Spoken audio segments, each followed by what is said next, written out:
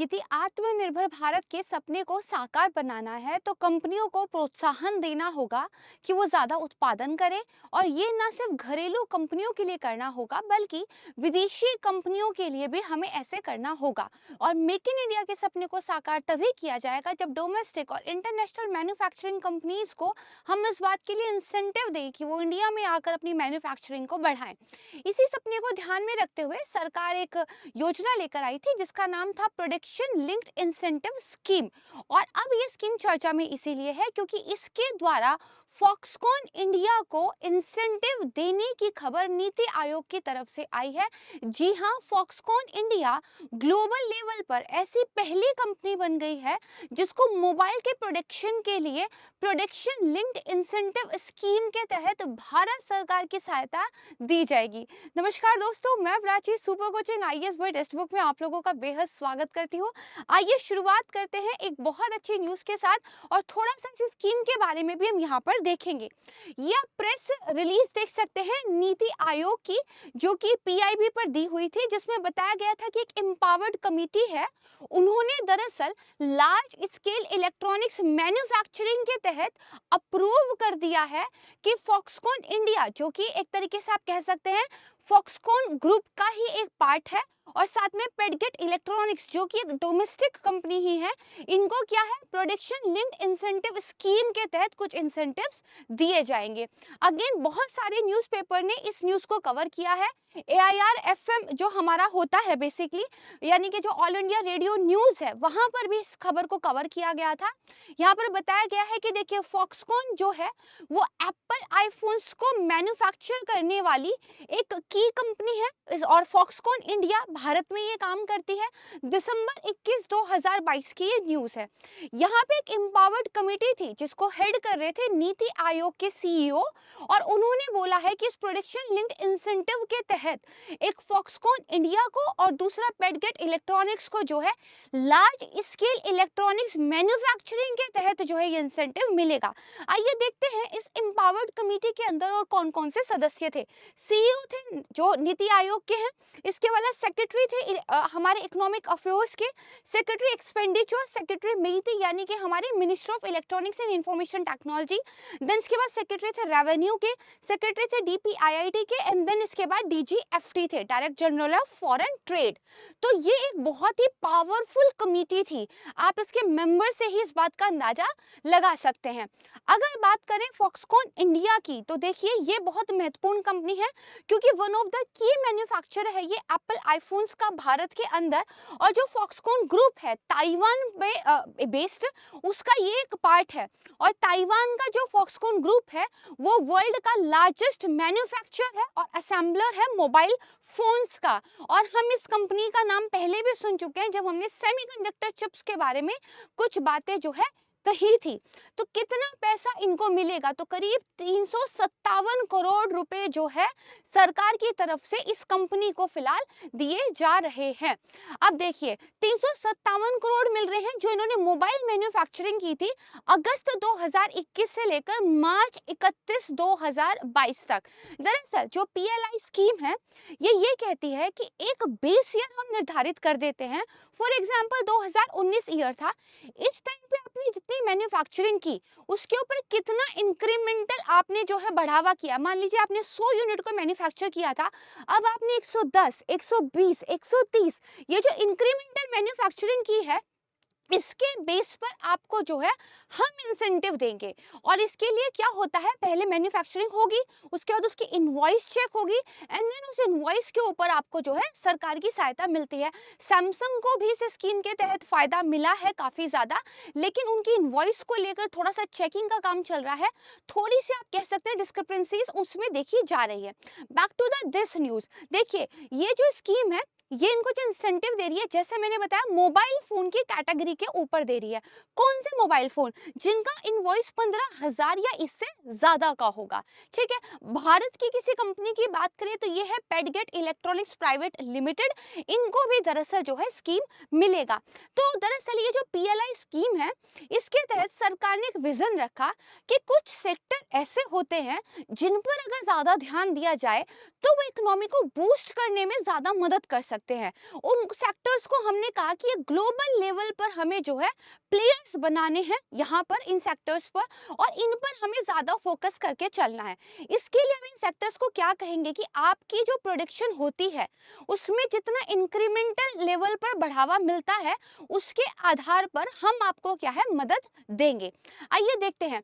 दरअसल अगर PLI scheme ने इस वाले सेक्टर के अंदर क्या कुछ अच्छा काम किया है, इस पर एक डाटा के द्वारा नजर डालें तो यहाँ पर देखिए, दरअसल ये वाली जो स्कीम है पीआईएल, इसमें भी जो ये वाला sector large scale electronics manufacturing, जो बेसिकली इलेक्ट्रॉनिक्स और मोबाइल फोन के मैन्युफैक्चरिंग पर ज्यादा ध्यान देता है, ये काम कर रहा है ministry of electronics and information technology के तहत। और ये भारत को इलेक्ट्रॉनिक्स मैन्युफैक्चरिंग के अंदर एक ग्लोबल चैंपियन बनाने की तरफ काम कर रहा है, ताकि इलेक्ट्रॉनिक्स के क्षेत्र में भारत आत्मनिर्भर बन सके।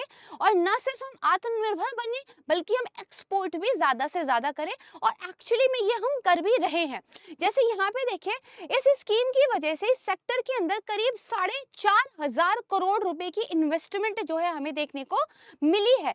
अगर हम टोटल प्रोडक्शन की बात करें तो करीब 2 लाख करोड़ के लगभग प्रोडक्शन इसके अंदर हुई है, जिसमें से हमने 80,000 करोड़ से ऊपर का एक्सपोर्ट भी किया है। और अगर जॉब क्रिएशन की बात करें तो लगभग 40,000 से ऊपर जो है जॉब क्रिएशन इसके तहत हुई है। और 25-26 तक अगर इस स्कीम के द्वारा इसी तरीके से काम चलता रहा तो जो हमारी बेसिकली ये इलेक्ट्रॉनिक्स मैन्युफैक्चरिंग है ये $300 बिलियन तक जो है बढ़ सकती है।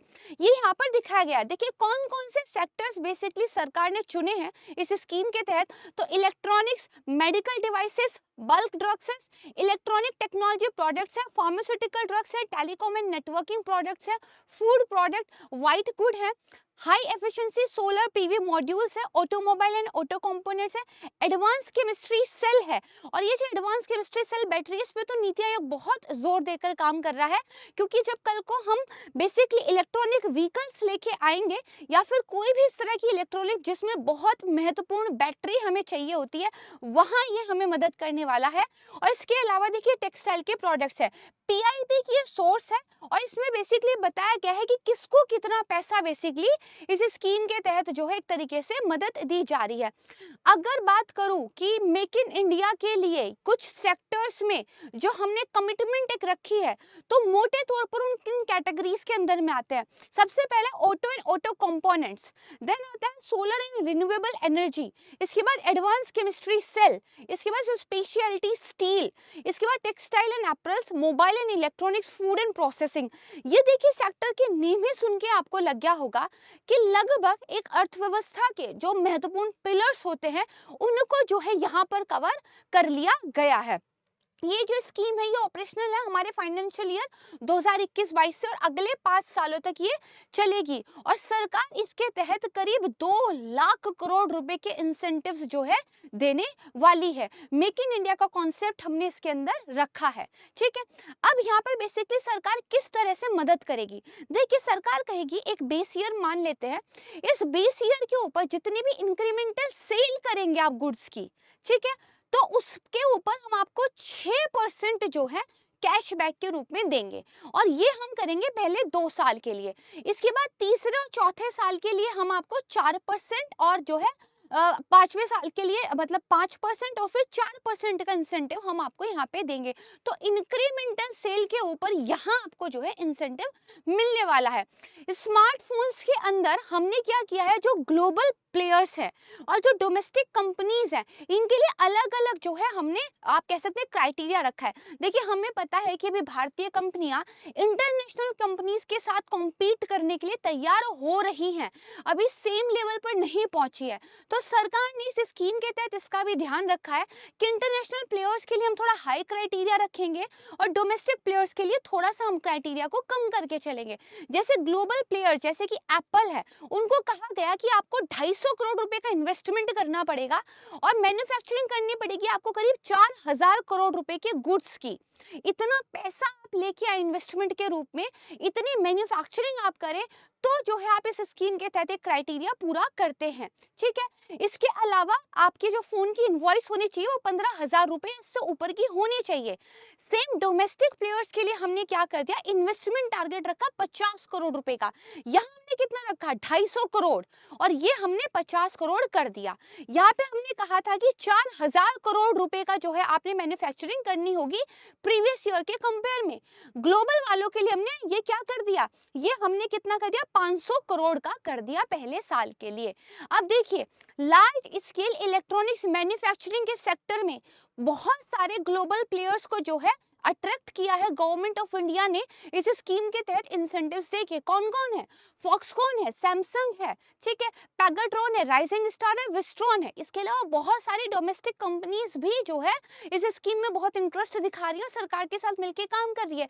लावा, माइक्रोमैक्स, ठीक है, यूनाइटेड टेलीलिंक्स है, पेडगेट इलेक्ट्रॉनिक्स जिसकी मैंने खबर अभी आपको सुनाई है।